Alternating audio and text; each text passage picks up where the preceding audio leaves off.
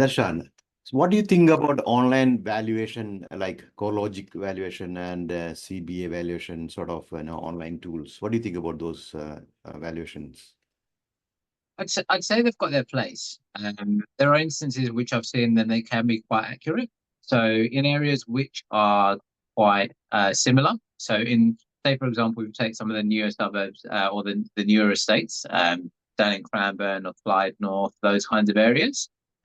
You've got very similar sized blocks of land. And in terms of the houses which are being built on them, they're similar to an extent. Slightly different finishes, but generally speaking, like in terms of size of the actual dwellings themselves and the accommodation, they're quite similar. In those instances, I've seen the online valuation tools work, fairly well. And they're a good reference point, I think, from the beginning. So if you're just interested in an area, for example, it may not be a bad tool to just use it to get an idea of what the value could be. But they don't work. The issue with them is that they don't work well in an area where you've got lots of different types of properties. So ones which are of various block sizes, the dwellings are of different ages and finishes, even architecturally different as well. That can make a difference as well. So they don't tend to work well from that point of view. The other downside is that they're purely data driven as well.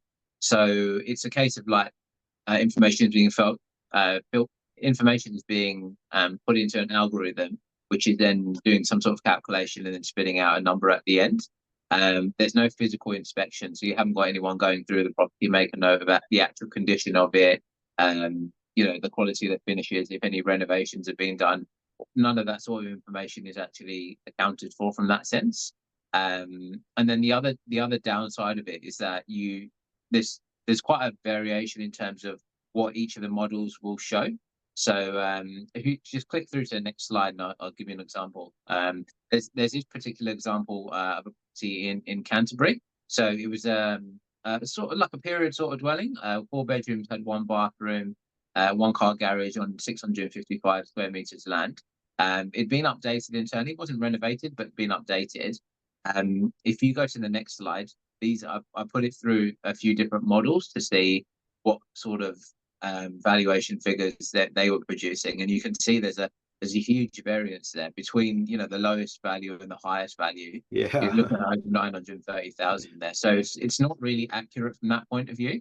But like I said, it can vary depending on the areas that you're in. It just so happens this one's an example of where it just doesn't work, and it's probably not a good idea to use it for this particular type of property. Yeah, that's the big difference, $930,000, which one a seller who actually is very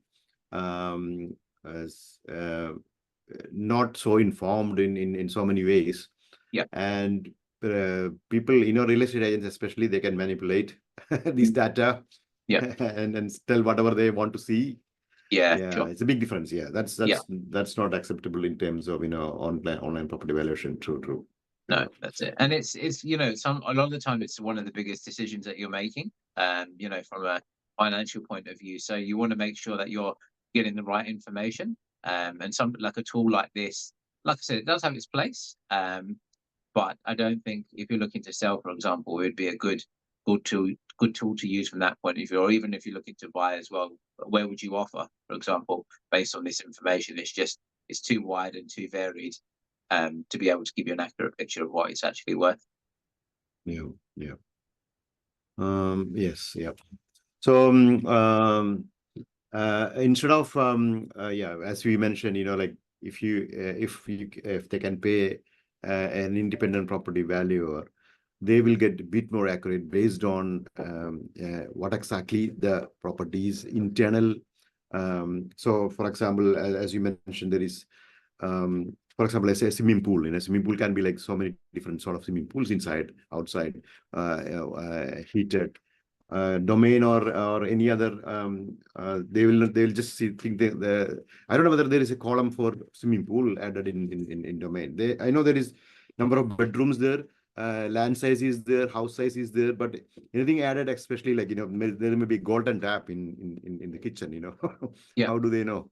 So No, that's it. Yeah. Yeah. so this is just a generic purposes, right? Generic It purposes. is, yeah. Yeah. Yeah, that's right. It's just generic. And a lot of the time it won't necessarily be, say, for example, you're trying to use this, this tool for like taxation purposes. I've seen some people, for example, where they've tried to, they need to do a valuation for like capital gains or something. And they've just tried to use one of these online tools to then submit to the State Revenue Office to say, or the Australian Taxation Office to like set a base for their, what their property is worth at that point. And the government body will just come back to them and reject it straight out and say this is unacceptable. You can't use this as an actual, way of valuing your property. You need to get like an independent one done.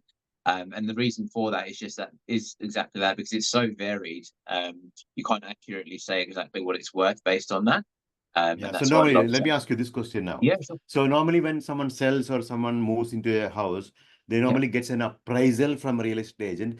Does that appraisal has any legal validity? Is it really used in court and all, or even for ATO purposes? Is it good enough?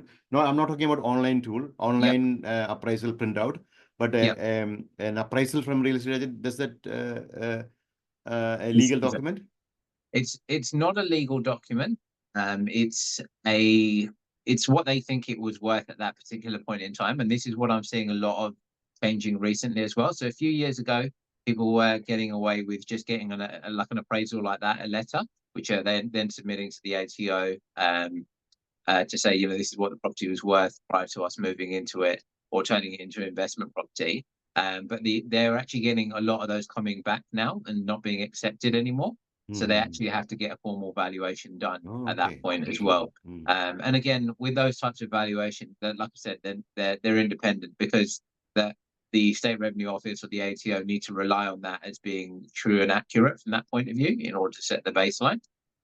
So yeah, like I said, the appraisal is a letter, but it's not really a legal document. You can't even use that, say, for example, for family law matters and separations, separations divorces. and things like that. If it goes to court, that letter doesn't stand up. Like that's not counted as an official document. So you have to get an independent valuation done from that point of view. That's scary. Many of my people which I know, they use mainly only real estate agents appraisal for these purposes. Yeah, that's scary. Sure. Yeah, I think it's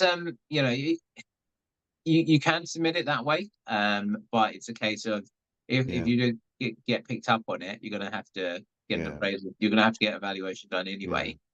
So that's why not do it properly in the beginning. Someone challenged it, then it's gone. Yeah, that's it. That's it. And sometimes I've actually done. There's an interesting one I had a couple of months ago actually. So the estate agent's appraisal was like very, very low, but it just didn't actually add up. But I think it was going to be to the benefit of the person who was living there to keep it very, very low. So I think they had a relationship with that agent, and so they kind of told them to keep it as low as possible. And it was actually under what the rates notice was as well. But the agent at the ATO actually cottoned onto it. They got hold of that. They fined that person, and then they had to get a valuation done as well. So you just got to be very careful from that point of view. They've actually, they've really kind of cut down on that, and just trying to kind of make sure people are doing things properly. So it's worth normally doing. the rates valuation is very low than the market valuation. But these guys, sales agents, have given an appraisal lower than that. Even lower than that, yeah. So it was kind of, and it just, like I said, there was the evidence that I looked at that was provided by the agent. It just wasn't comparable at all. And I think even the ATO, when they probably looked at that information, just thought this doesn't actually add up or make sense. And it wasn't. I don't think it was actually necessarily the owner's fault. They kind of, they just used whatever they were told and said, okay, this seems fine and reasonable, and they just submitted it. And that's kind of, you can't really go back to the agent after that. They've got, like I said, there's no legal standing from that point of view. Whereas at least with an independent valuation, it's like a legal document. And touch wood, to this day, I haven't been challenged myself on any valuations or anything like that by the ATO or the State Revenue Office. So I think it's just doing it properly and accurately. That's the most important thing. Yeah, makes sense. Yeah.